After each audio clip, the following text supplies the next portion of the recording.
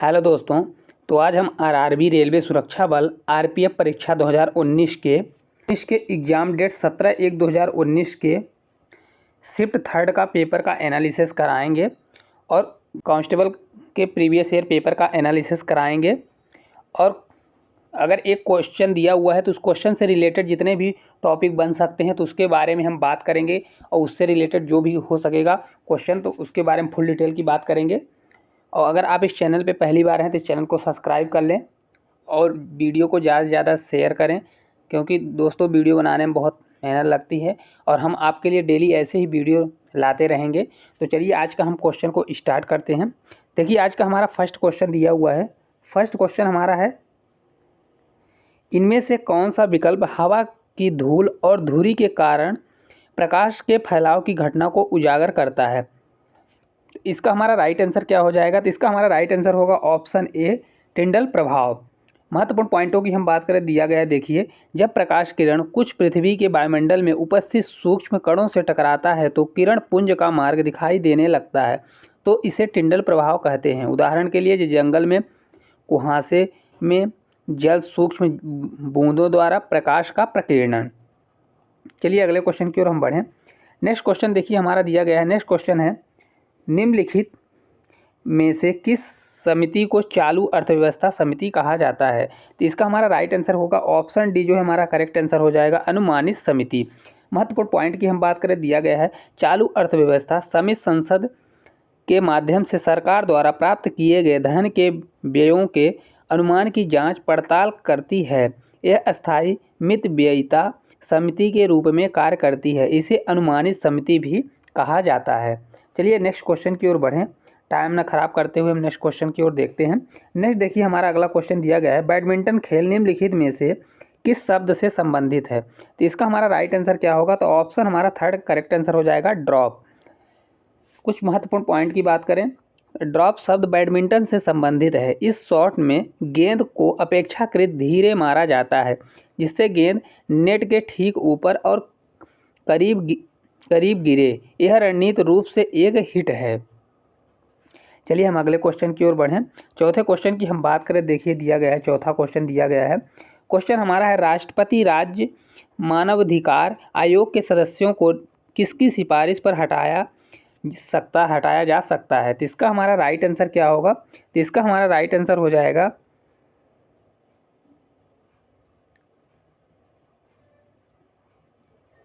Option B, हमारा right answer हो जाएगा, राज्यपाल। महत्वपूर्ण पॉइंटों की बात करें, दिया गया है, राष्ट्रपति द्वारा मानवाधिकार के सदस्यों को राज्यपाल की सिफारिश पर हटा सकता है। राज्य मानवाधिकार आयोग के अध्यक्ष एवं अन्य सदस्यों की नियुक्ति राज्यपाल द्वारा विशेष समिति की सिफारिश पर की जाती है। राज्य मानवाधिकार 3 सदस्यीय निकाय है, जिनमें 2 सदस्य व 1 अध्यक्ष होते हैं। आयोग द्वारा विकल्प ए को सही माना गया है। अगले क्वेश्चन की हम बात करें, देखिए हमारा क्वेश्चन नंबर 5वां दिया गया है। क्वेश्चन हमारा है, निम्नलिखित राजवंशों में से किसने सिजेरियन शैली की वास्तुकला का परिचय दिया है? इसका हमारा राइट आंसर हो जाएगा ऑप्शन बी, चालुक्य। चलिए कुछ इसके महत्वपूर्ण पॉइंटों के बारे में हम बात करें, तो देखिए हमारा पॉइंट दिया हुआ है। पॉइंट हमारा है कि चालुक्य वंश की भारतीय शाही राजवंश था, जिसमें 6वीं और 12वीं शताब्दी के बीच दक्षिणी और मध्य भारत के बड़े हिस्से पर शासन किया।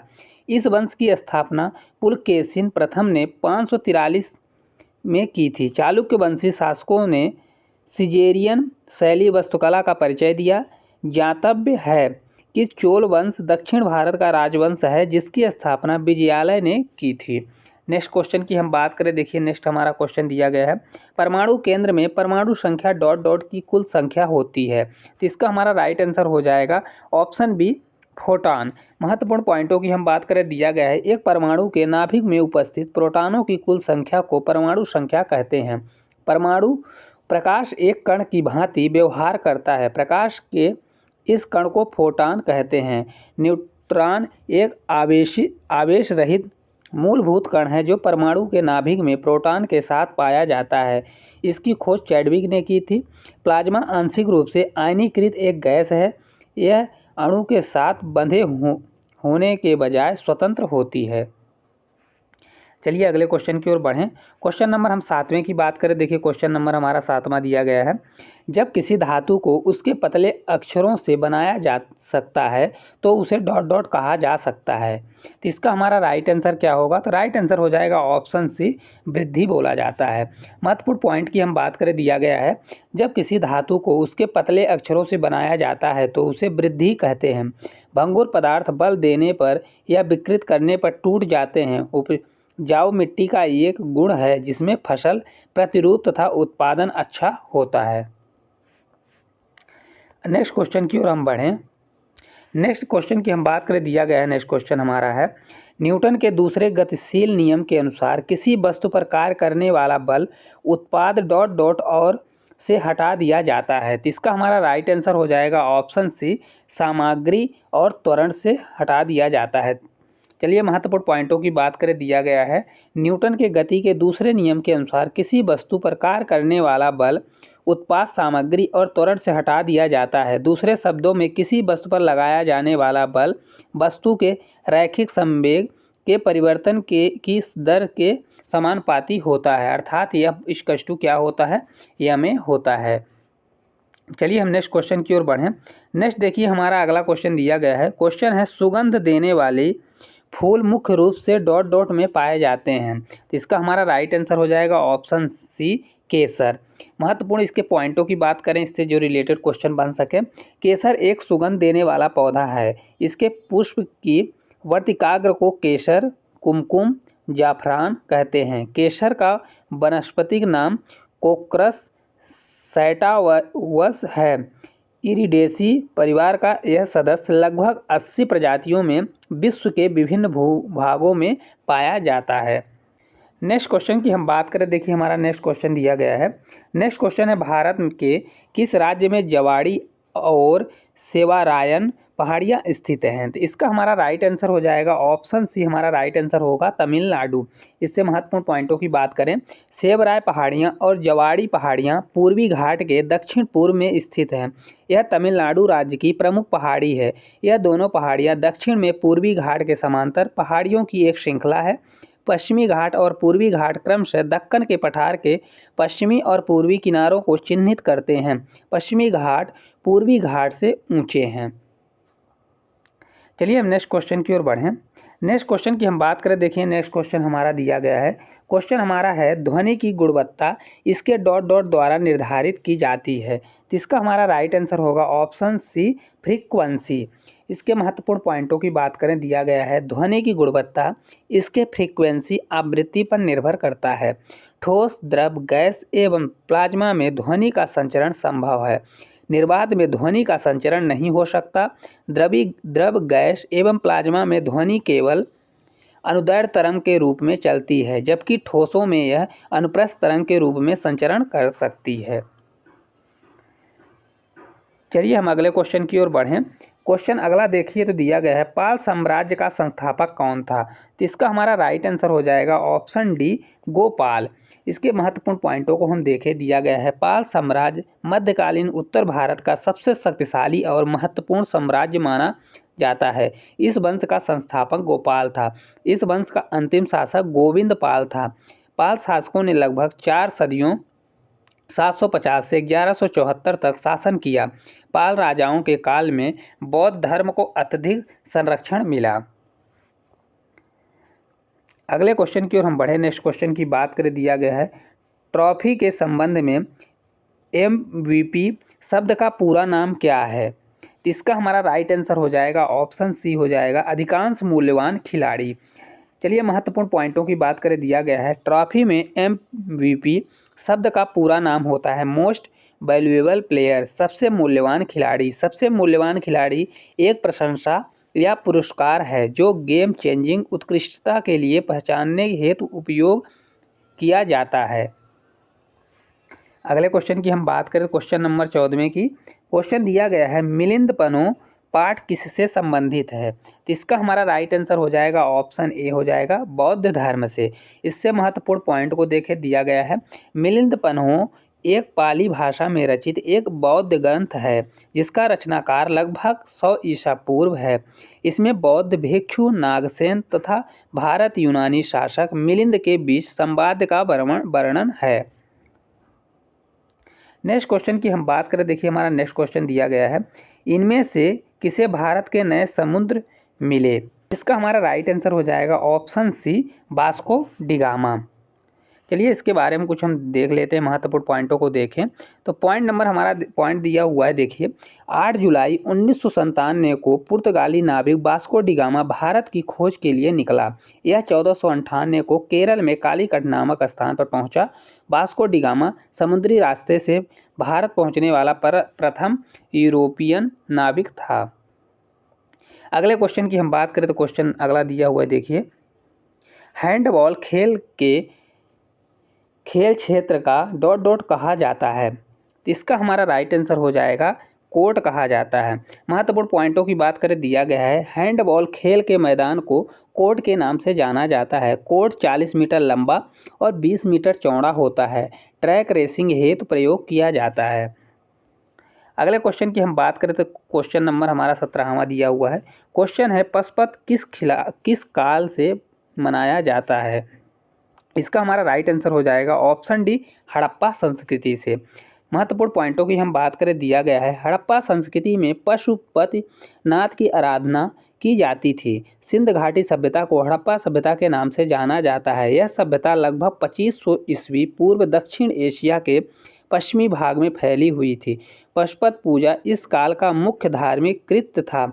ज्ञातव्य है कि 1921 में दया राम साहनी ने हड़प्पा सभ्यता की खोज की थी।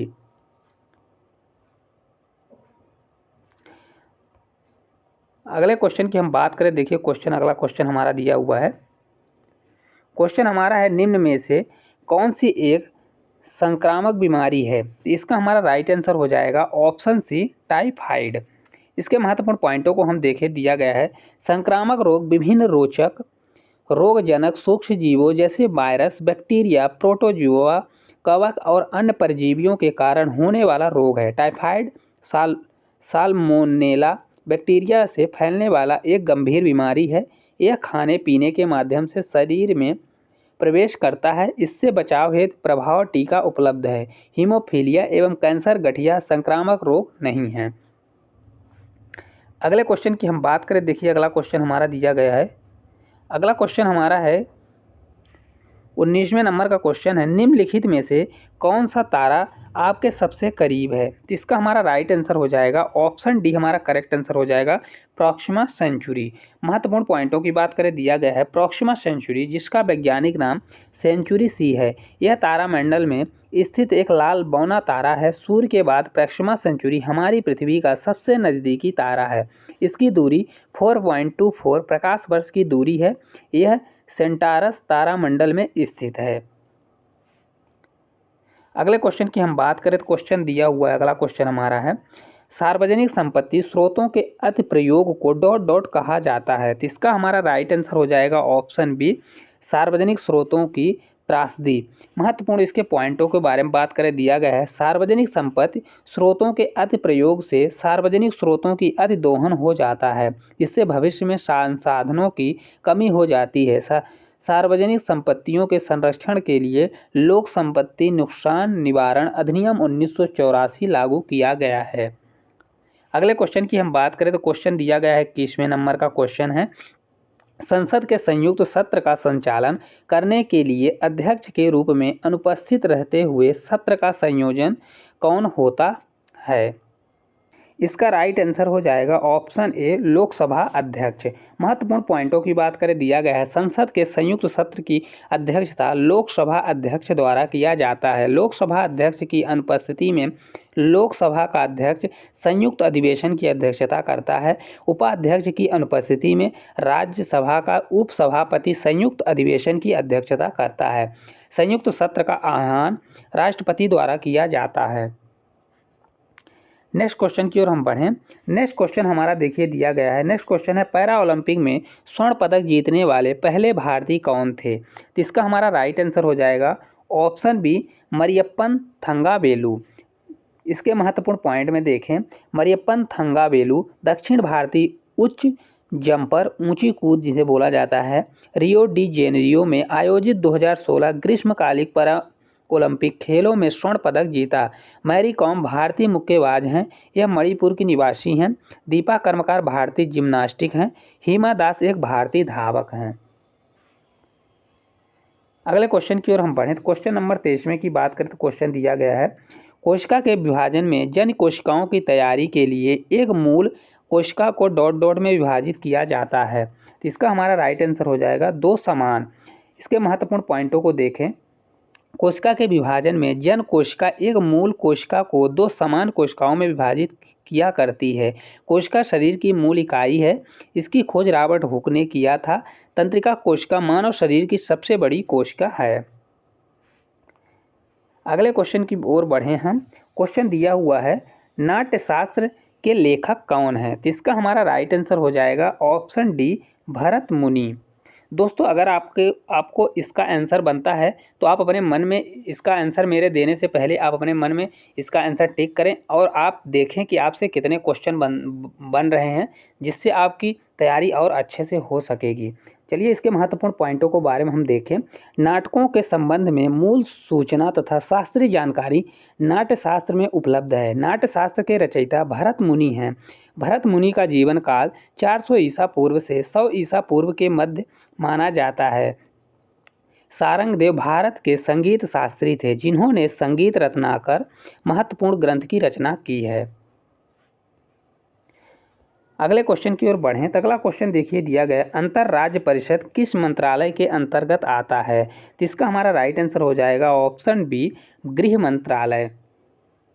महत्वपूर्ण पॉइंटों की बात करें, अंतरराज्यीय परिषद गृह मंत्रालय के अंतर्गत कार्य करता है। अंतरराज्यीय परिषद का उल्लेख भारतीय संविधान के अनुच्छेद 263 में किया गया है। पहली बार जून 1990 में इसकी स्थापना की गई। यह एक सलाहकारी निकाय है जिसका कार्य संघ और राज्य के बीच समान हित के विषयों की जांच और चर्चा करना है। अगले क्वेश्चन की हम बात करें, दिया गया क्वेश्चन हमारा है, थाल घाट मुंबई और डॉट डॉट को जोड़ता है। तो इसका हमारा राइट आंसर हो जाएगा ऑप्शन ए, नासिक को जोड़ता है। महत्वपूर्ण पॉइंटों की बात करें, थाल घाट प्रायद्वीपीय भारत का प्रमुख दर्रा है। यह पश्चिमी घाट में स्थित है। इससे होकर मुंबई कोलकाता मार्ग गुजरता है। यह मुंबई को नासिक से जोड़ता है। हम अगले क्वेश्चन की ओर बढ़ें। क्वेश्चन नंबर 27 की बात करें, दिया गया है, निम्नलिखित में से कौन क्रिकेट विश्व कप से संबंध नहीं है? तो इसका हमारा राइट आंसर हो जाएगा ऑप्शन बी, कलिंग कप। इससे महत्वपूर्ण पॉइंट देखें, कलिंग कप फुटबॉल से संबंधित है। यह भारत के उड़ीसा राज्य में प्रतिवर्ष आयोजित होने वाला एक प्रतिष्ठित फुटबॉल टूर्नामेंट है। ईरानी कप, रणजी ट्रॉफी एवं देवधर ट्रॉफी क्रिकेट प्रतियोगिता से संबंधित हैं। अगले क्वेश्चन की ओर हम बढ़ें तो क्वेश्चन देखिए दिया गया है, पुरुषों में कौन से सेक्स जीन मौजूद हैं? इसका हमारा राइट आंसर क्या होगा? तो राइट आंसर होगा ऑप्शन सी, XY। महत्वपूर्ण पॉइंटों की बात करें, दिया गया है, महिलाओं में दो X गुणसूत्र होते हैं, जबकि पुरुषों में एक X और एक Y गुणसूत्र होता है। एक सामान्य मनुष्य में 46 गुणसूत्र होते हैं। गुणसूत्रों को मानव के अनुवांशिक गुणों का वाहक माना जाता है। इनमें से 22 जोड़े, जिन्हें अलिंग गुणसूत्र के रूप में जाना जाता है, यह दोनों लिंगों में समान रूप से उपस्थित होते हैं। अगले क्वेश्चन की हम बात करें, दिया गया है, भारत, बेल्जियम और स्पेन में किस प्रकार के संघीय शासन का उपयोग किया जाता है? तो इसका हमारा राइट आंसर होगा ऑप्शन सी, संघीय रूप से प्रशासित विधियां। इससे महत्वपूर्ण पॉइंट देखें, भारत, बेल्जियम और स्पेन संघीय रूप से शासित व्यवस्था को अपनाया गया है। संघीय शासन व्यवस्था से तात्पर्य उस शासन व्यवस्था से है जिसमें शक्ति का विभाजन केंद्र और राज्यों के बीच होता है। यह व्यवस्था केंद्रीकृत न होकर संघवाद पर आधारित होता है। भारत की संघीय प्रणाली कनाडा से ली गई है। क्वेश्चन नंबर हम 30वें की ओर बढ़ें। क्वेश्चन देखिए हमारा 30वां दिया गया है, निम्नलिखित में से किस शासक ने पाटलिपुत्र की स्थापना की थी? तो इसका हमारा राइट आंसर हो जाएगा ऑप्शन बी, अजातशत्रु। महत्वपूर्ण पॉइंटों की बात करें इसके बारे में। पाटलिपुत्र भारत का प्राचीन शहर है जिसकी स्थापना 5वीं शताब्दी ईसा पूर्व में मगध के राजा अजातशत्रु द्वारा की गई थी। इसके पुत्र उदयन ने इसे मगध की राजधानी बनाया और यह पहली शताब्दी ईसा पूर्व तक बना रहा। वर्तमान में पटना पाटलिपुत्र के स्थान पर नवीन शहर है। अगले क्वेश्चन को हम देखें तो क्वेश्चन नंबर 31वां दिया गया है, भारत की आकस्मिक निधि किस अनुच्छेद के तहत आती है? तो इसका हमारा राइट आंसर हो जाएगा ऑप्शन ए, अनुच्छेद 267। इससे महत्वपूर्ण पॉइंट को देखें। संविधान के अनुच्छेद 267 में आकस्मिक निधि का प्रावधान है। अनुच्छेद 263 की बात करें तो केंद्र तथा राज्यों का मध्य समन्वय स्थापित हेतु अंतर्राज्यीय परिषद का गठन है। अनुच्छेद 280 की बात करें तो वित्त आयोग का गठन है। अनुच्छेद 266 की बात करें तो भारत के संचित निधि का प्रावधान है। हमारा नेक्स्ट क्वेश्चन देखिए दिया गया है। क्वेश्चन है, नाइजर और जिम्बाब्वे में इनमें से किस महाद्वीप के देश हैं? जिसका हमारा राइट आंसर हो जाएगा ऑप्शन डी, अफ्रीका। इससे जुड़े कुछ महत्वपूर्ण तथ्य देखें। नाइजर अफ्रीका महाद्वीप का एक देश है। इसकी राजधानी नियामी है। इस देश का नाम नाइजर नदी पर पड़ा है। जिम्बाब्वे अफ्रीका महाद्वीप के दक्षिणी भाग में जाम्बेजी और लिम्पोपो नदियों के बीच स्थित एक स्थलरुद्ध देश है। अगले क्वेश्चन की हम बात करें, देखिए दिया गया है, भारतीय राज्य मानवाधिकार आयोग का अध्यक्ष ... है। तो इसका हमारा राइट आंसर हो जाएगा ऑप्शन बी, उच्च न्यायालय के सेवानिवृत्त मुख्य न्यायाधीश। इससे जुड़े कुछ तथ्य हम देखें। उच्च न्यायालय के सेवानिवृत्त मुख्य न्यायाधीश को सामान्यतः राज्य मानवाधिकार आयोग का अध्यक्ष नियुक्त किया जाता है।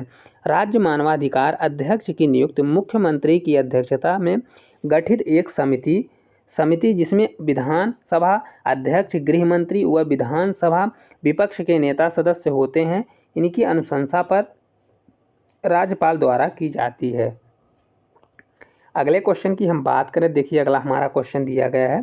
क्वेश्चन है, निम्नलिखित में से कौन अंतिम मौर्य राजा था? तो इसका हमारा राइट आंसर होगा ऑप्शन ए, बृहद्रथ।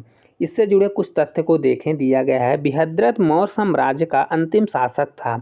इसने 187 से 185 ईसा पूर्व तक शासन किया। इसका सेनापति पुष्यमित्र शुंग ने इसकी हत्या कर शुंग वंश की स्थापना की। मौर्य राजवंश प्राचीन भारत का एक शक्तिशाली राजवंश था। मौर्य राजवंश 137 वर्षों तक भारत पर शासन किया था। चलिए हम नेक्स्ट क्वेश्चन की ओर बढ़ें। नेक्स्ट क्वेश्चन की हम बात करें, दिया गया है, निम्नलिखित में से कौन एक नदी बंदरगाह है? तो इसका हमारा राइट आंसर हो जाएगा option C, Kolkata.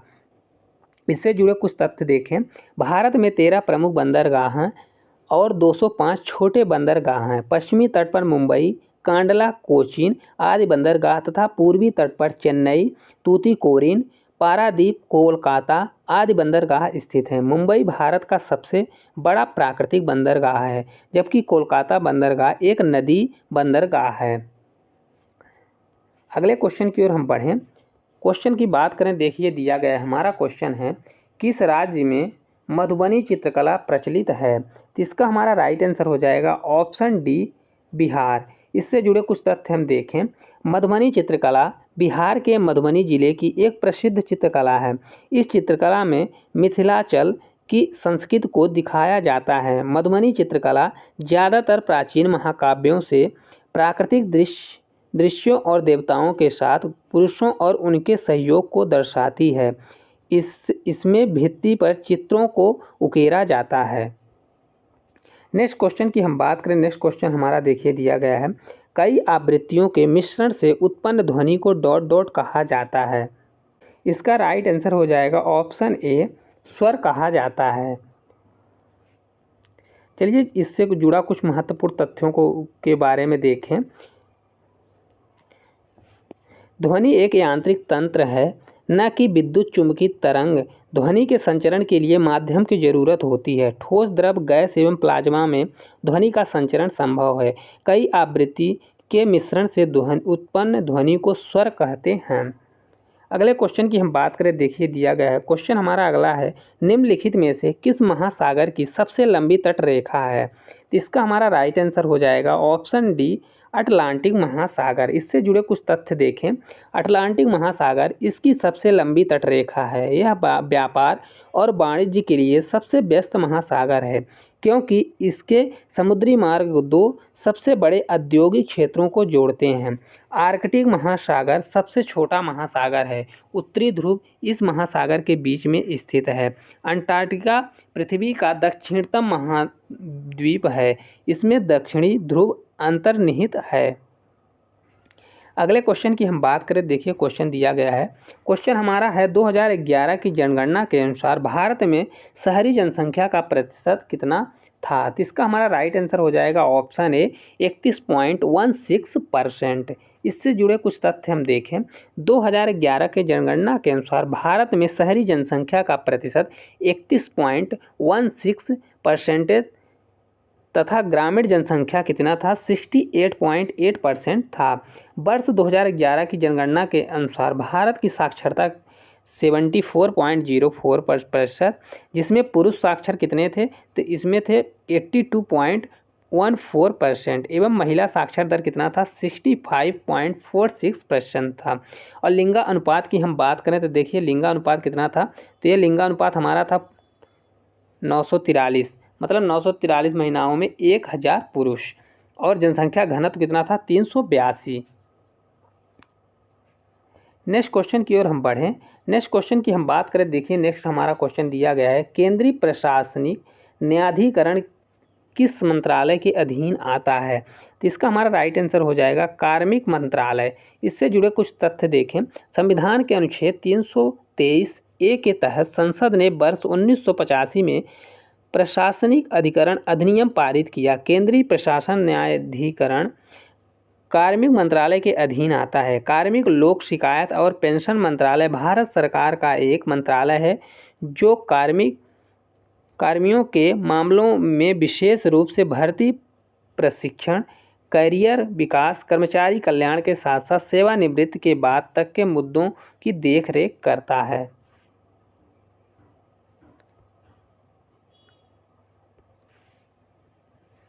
Next question की हम बात करें, देखिए दिया गया है, निम्नलिखित में से कौन सा एक बांगर भरा हुआ क्षेत्र है। तो इसका हमारा राइट आंसर होगा ऑप्शन सी, तराई। इससे जुड़े कुछ तथ्य देखें। भामर या बांगर मिट्टी का एक प्रकार है जो तराई क्षेत्र में पाया जाता है। यह उपजाऊ क्षेत्र भारत, नेपाल एवं भूटान में स्थित है। हिमालय के समांतर दक्षिण क्षेत्र में स्थित है। ऊंचे घास के मैदान, झाड़ियाँ, सवाना साल के जंगल और मिट्टी से भरपूर दलदल इस क्षेत्र की प्रमुख विशेषता है। नेक्स्ट क्वेश्चन की ओर हम बढ़ें तो नेक्स्ट क्वेश्चन देखिए दिया गया है, वृक्षासन योग में क्या स्थिति दिखाया जाता है। इसका हमारा राइट आंसर होगा ऑप्शन बी, पेड़। इससे महत्वपूर्ण पॉइंटों को देखें। वृक्षासन पेड़ के समान खड़े होने वाला योगासन है। वृक्षासन दो शब्दों से मिलकर बना है, वृक्ष अर्थात पेड़ और आसन अर्थात मुद्रा, अर्थात वृक्ष की मुद्रा में खड़ा रहना। इस योग को ध्यान योग भी कहा जाता है। अगले क्वेश्चन की ओर हम बढ़े तो क्वेश्चन दिया हुआ है, डोलू कुनीथा ... में एक प्रसिद्ध लोक संगीत परंपरा है। तो इसका हमारा राइट आंसर हो जाएगा ऑप्शन बी, जो है राइट आंसर हो जाएगा कर्नाटक का। इससे महत्वपूर्ण पॉइंट देखें। डोलू कुनीथा कर्नाटक का एक प्रमुख लोकप्रिय ड्रम नृत्य है। यह एक समूह नृत्य है जिसमें 12 से 16 लोग शामिल होते हैं और इसके माध्यम से वीरेश्वर देवता भगवान शिव का एक रूप की पूजा करते हैं। यक्षगान, वीरगासे, नागमंडला अन्य कर्नाटक के महत्वपूर्ण नृत्य हैं।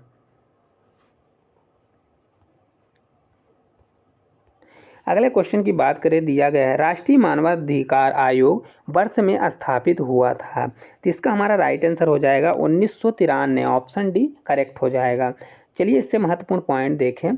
पॉइंट दिया गया है, भारत का राष्ट्रीय मानवाधिकार आयोग एक स्वतंत्र वैधानिक निकाय है जिसका गठन 28 सितंबर 1993 के मानवाधिकार संरक्षण अधिनियम के तहत 12 अक्टूबर 1993 को किया गया था।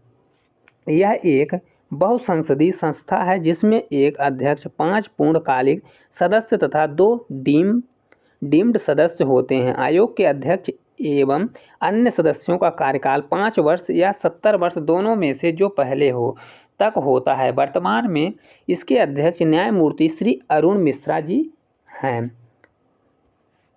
चलिए अगले क्वेश्चन की ओर हम पढ़ें। क्वेश्चन 45वें की बात करें, दिया गया है भारतीय नियोजन के वास्तुकार के रूप में किसे जाना जाता है। तो इसका हमारा राइट आंसर हो जाएगा ऑप्शन सी, पीसी महालनोबिस। इससे महत्वपूर्ण पॉइंटों को देखें। भारतीय नियोजन के वास्तुकार के रूप में पीसी महालनोबिस को जाना जाता है। प्रशांत चंद्र महालनोबिस एक प्रसिद्ध भारतीय वैज्ञानिक एवं सांख्यिकीविद थे। इन्हें दूसरी पंचायती योजना का मसौदा तैयार करने हेतु जाना जाता है। इन्हें आर्किटेक्ट ऑफ इंडियन फ्लाइंग के रूप में जाना जाता है। अगले क्वेश्चन को हम देखें। क्वेश्चन नंबर 46वां दिया गया है बहुत कम विक्रेता एवं अधिक क्रेता किस बाजार का लक्षण है। तो इसका हमारा राइट आंसर होगा ऑप्शन ए, अल्पाधिकार बाजार। इससे जुड़े कुछ महत्वपूर्ण पॉइंट देखें। बहुत कम विक्रेता तथा अत्यधिक क्रेता अल्पाधिकार बाजार की प्रमुख विशेषता है। इस बाजार में कम विक्रेता आपसी गुट के माध्यम से मूल्य विक्रेता आपसी गुट के माध्यम से मूल्य निर्धारण कर वस्तुओं का विक्रय करते हैं। इससे वस्तुएं समरूप या विभेदीकृत दोनों होती हैं। नेक्स्ट क्वेश्चन की हम बात करें, दिया गया है क्वेश्चन है भारत सरकार ... के माध्यम से खाद्यान्न खरीदती है। इसका हमारा राइट आंसर हो जाएगा ऑप्शन ए, भारतीय खाद्य निगम। इससे जुड़े महत्वपूर्ण पॉइंट हम देखें। भारतीय खाद्य निगम की स्थापना खाद्य निगम अधिनियम 1964 के तहत 1965 में खाद्य सुरक्षा हेतु किया गया है। इसका मुख्य कार्य खाद्य एवं अन्य खाद्य पदार्थों की खरीद, भंडार, परिवहन और बिक्री करना है। खाद्यान्नों के कार्यात्मक बफर स्टॉक का संतोषजनक स्तर बनाकर राष्ट्र की खाद्य सुरक्षा सुनिश्चित करना इसका मुख्य उद्देश्य है। अगले क्वेश्चन की ओर हम बढ़ें तो क्वेश्चन दिया गया है महात्मा गांधी राष्ट्रीय रोजगार गारंटी योजना ... में शुरू की गई थी। तो इसका हमारा राइट आंसर हो जाएगा ऑप्शन डी, 2005। इससे जुड़े कुछ तथ्य हम देखें। महात्मा गांधी राष्ट्रीय रोजगार गारंटी अधिनियम भारत में लागू एक रोजगार गारंटी योजना है जिसे 2005 में अधिनियमित किया गया। यह योजना प्रत्येक वित्तीय वर्ष में किसी भी ग्रामीण परिवार के व्यस्त सदस्यों को 100 दिन का रोजगार उपलब्ध कराती है। वर्तमान में यह कार्यक्रम शहरी क्षेत्र के कुछ जिलों को छोड़कर संपूर्ण देश में लागू है। नेक्स्ट क्वेश्चन की हम बात करें, देखिए दिया गया है सिकंदर ने भारत पर किस वर्ष आक्रमण किया था। तो इसका हमारा राइट आंसर हो जाएगा ऑप्शन ए, 326 ईसा पूर्व। इससे जुड़े कुछ तथ्य देखें। सिकंदर ने भारत पर 326 ईसा पूर्व आक्रमण किया था। पर्सिया पर अधिकार कर लेने के बाद सिकंदर ने भारत के उत्तरी पश्चिमी भाग पर आक्रमण किया। पोरस और सिकंदर के मध्य झेलम नदी के किनारे सुप्रसिद्ध वितस्ता का युद्ध, जिसे हाइडे स्पीज युद्ध हुआ, जिसमें पोरिश की हार हुई। सिकंदर 19 महीने तक भारत रहा। 325 ईसा पूर्व में सिकंदर और उसकी सेना पश्चिम की ओर लौट गई। ये आज का हमारा आखिरी क्वेश्चन है। 50वें क्वेश्चन की ओर बढ़ें। क्वेश्चन दिया गया है किस बिल के बिना भारत सरकार के सामूहिक कोष से पैसा निकाल सकती है। तो इसका हमारा राइट आंसर हो जाएगा ऑप्शन बी, विनियोग विधेयक। इससे कुछ जुड़े तथ्य देखें। सरकार द्वारा संचित निधि से रकम निकासी को मंजूरी दिलाने के लिए संसद में प्रस्तुत विधेयक विनियोग विधेयक कहलाता है। इस बिल के बिना सरकार संचित निधि में पैसा निकाल सकती है। भारतीय संविधान के अनुच्छेद 114 में विनियोग विधेयक का प्रावधान किया गया है तथा अनुच्छेद 266 में भारत की संचित निधि का प्रावधान है। तो दोस्तों, इस प्रकार हमने 50 क्वेश्चनों का प्रीवियस ईयर क्वेश्चन का एनालिसिस किया और उससे जुड़े हुए तथ्य के बारे में जाना। तो अगर आप इस चैनल पे पहली बार है, चैनल को सब्सक्राइब कर लें और वीडियो को ज़्यादा से ज़्यादा शेयर करें। अगर वीडियो अच्छी लगी है तो वीडियो को लाइक ज़रूर करें। Thank you.